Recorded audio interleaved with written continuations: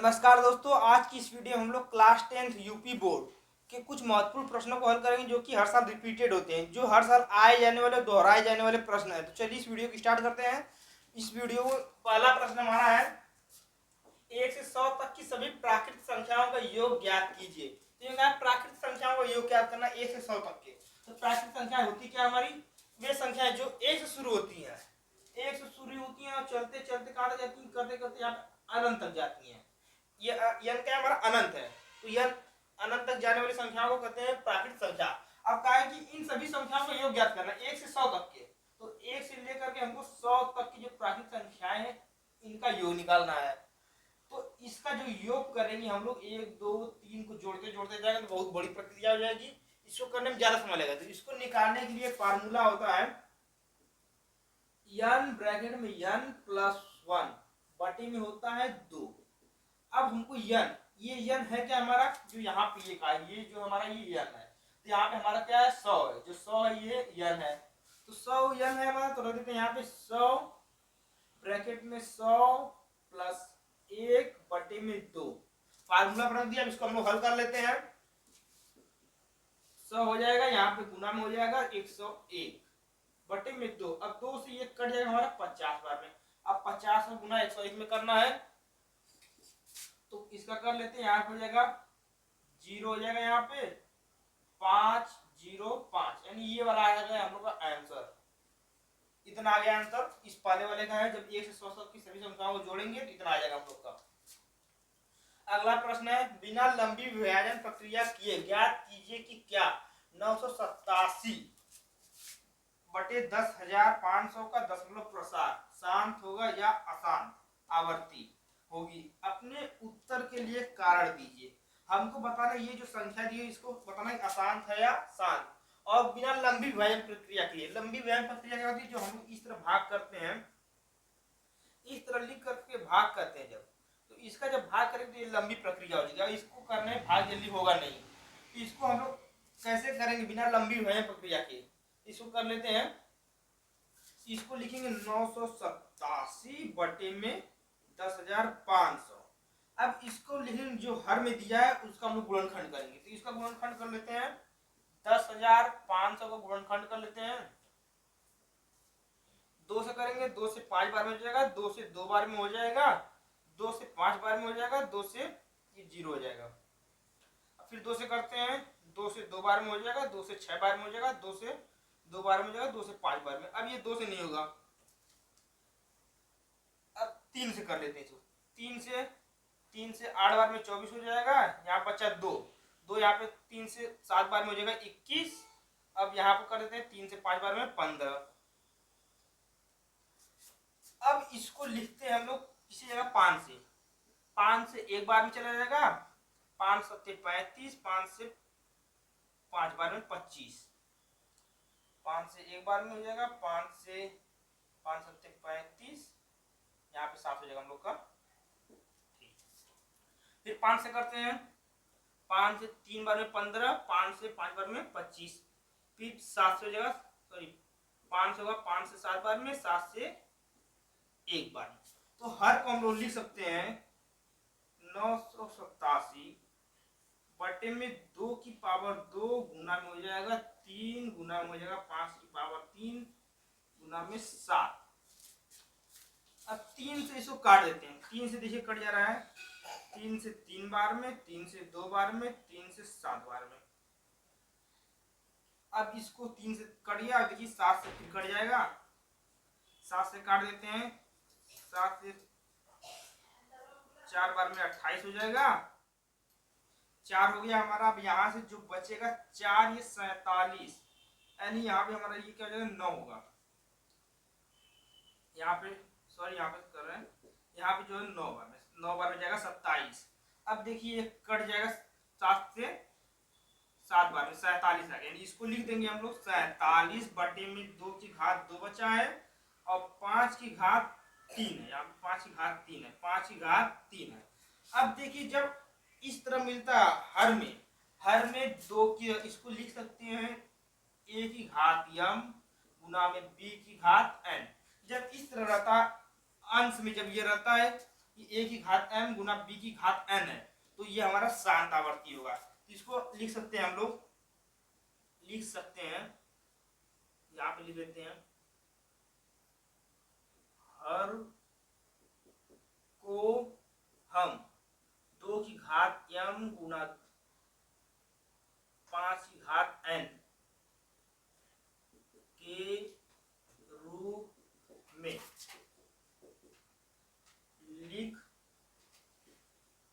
सकते हैं। अर्थात लिखेंगे, अर्थात यह शांत आवर्ती है, अर्थात यह शांत आवर्ती है। इसका आंसर हो गया है हल। अब चलते हैं, अगला करते हैं। निम्नलिखित बारंबारता बंटन के समांतर माध्य ज्ञात कीजिए।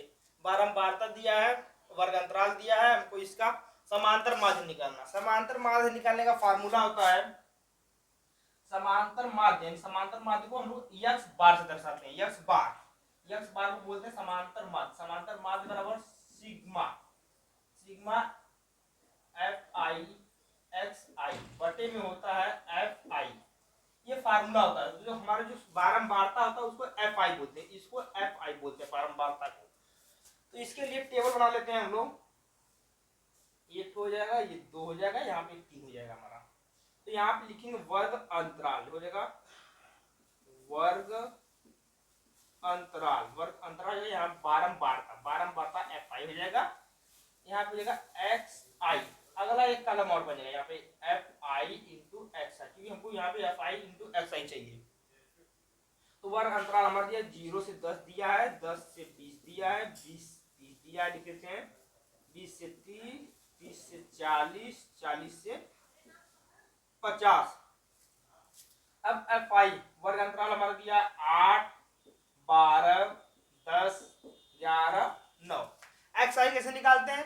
जो ये हमारा लोअर लिमिट है और अपर लिमिट, निम्न सीमा और उच्चतम सीमा जो है, इसको क्या करते हैं, जोड़ के भाग कर देते हैं दोस्तों। 10 और 0 जोड़ेंगे 10 आएगा, 10 से भाग कर देंगे 2 में, तो आएगा हमारा ये 5।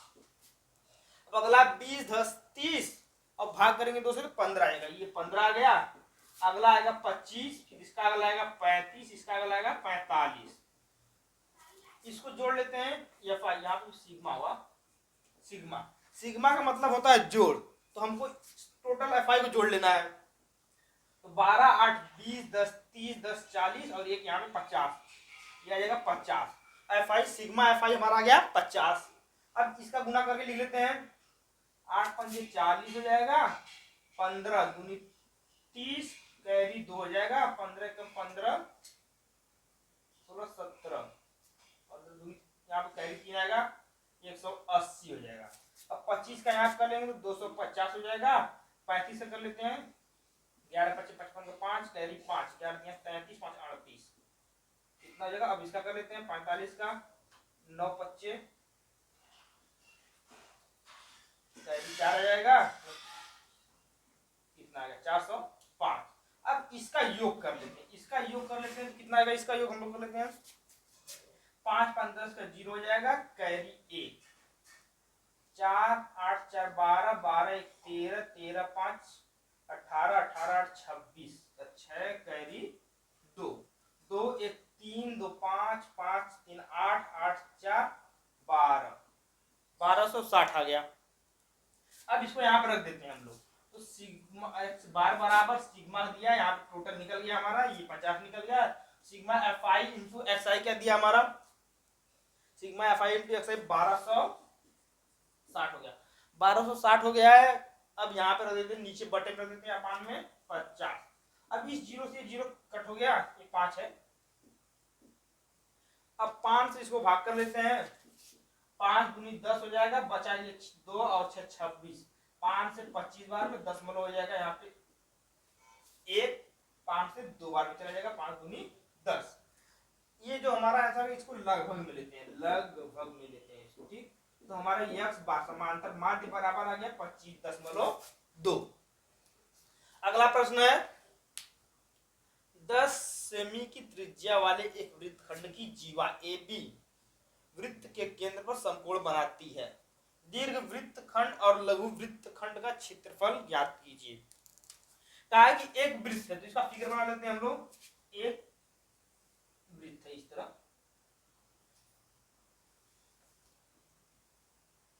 एक वृत्त हो गया।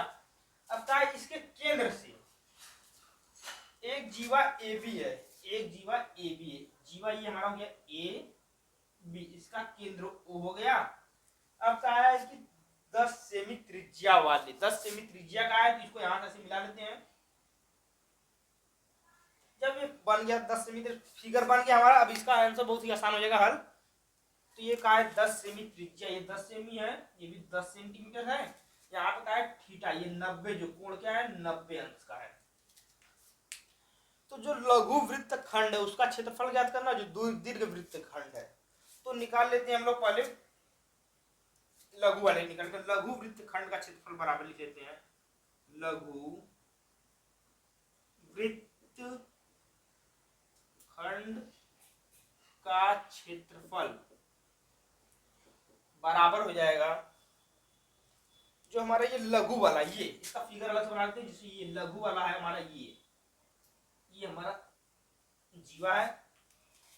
जो ये वाला बचा है पूरा यहाँ से लघु वृत्त खंड, ये वाला जो बचा है, ये वाला हिस्सा, इसका हमको निकालना है। तो ये वाला जो है लघु त्रिज्य खंड, इसमें से घटा देंगे ये त्रिभुज वाला घटा देंगे तो हमारा बच जाएगा लघु वृत्त खंड। तो इसी का निकाल लेते हैं, आप लिख लेंगे लघु त्रिज्य खंड का क्षेत्रफल, लघु त्रिज्य खंड का क्षेत्रफल माइनस त्रिभुज का क्षेत्रफल। तो लघु त्रिज्य खंड का क्षेत्रफल का फार्मूला आता है पाई आर स्क्वायर थीटा बटे 360, और ये होता है माइनस त्रिभुज का सबको पता है half base into height, base into height होता है, आधार गुणे ऊंचाई। अब 22 पाई का मान 22 यहाँ दिया है 22/7 में हमको 3.14 रखना है। अगर 3.14 नहीं रखेंगे तो एग्जामिनर नंबर काट लेगा हम लोग का, इसलिए आप लोग 3.14 रखेंगे। और आर जो है हमारा त्रिज्या 10 गुना में 10 आया है, बटे में 360 है, और ये थीटा हमारा 90 है, माइनस हाफ इंटू 10 इंटू 10। ये 90 अंश का है, यानी ये क्या कर्ण है हमारा, ये आधार है, इसको ऊंचाई लेते 10 गुना 10 हो जाएगा। अब इसको हल करने जो हमारा आंसर आएगा 28.5 आएगा। ये वाला आ गया लघु वृत्तखंड का, लघु वृत्तखंड का आंसर आ गया। अब दीर्घ वृत्तखंड का निकालेंगे। तो दीर्घ वृत्तखंड का क्षेत्रफल, दीर्घ वृत्तखंड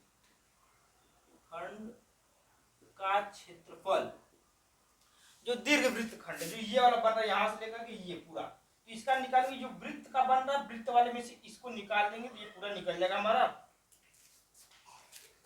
तो हमारा जो ये है वृत्त का क्षेत्रफल का फार्मूला था पाई आर स्क्वायर, घटा देंगे इसमें से ये वाला जो 28.5 आया, इसको 28.5। पाई का मान हमारा यहाँ पर रखना 3.14, आर का है मान 10 गुना में 10 माइनस 28.5। इसको हल करने पर आएगा हमारा आंसर 28.585। ये वाला इसका आंसर आ जाएगा। तो लघु वृत्त खंड का हमने निकाल लिया है, दीर्घ वृत्त खंड का निकाल लिया है। ये चारों प्रश्न बहुत ही इंपॉर्टेंट है, ये सभी प्रश्न बहुत ही इंपॉर्टेंट है। यदि आप लोगों ने इन प्रश्नों का स्क्रीनशॉट नहीं लिया तो इन सबका स्क्रीनशॉट ले सकते हैं आप लोग। तो आप लोगों ने स्क्रीनशॉट ले लिया होगा। तो यदि आप लोग हमारे चैनल को पहली बार आए तो प्लीज चैनल को सब्सक्राइब कर लीजिए, क्योंकि अब डेली की डेली आप लोगों को क्लास 10th मैथ में आने वाले सभी महत्वपूर्ण प्रश्नों को हल कराया जाएगा। तो चलिए अगली वीडियो में मिलते हैं हम लोग।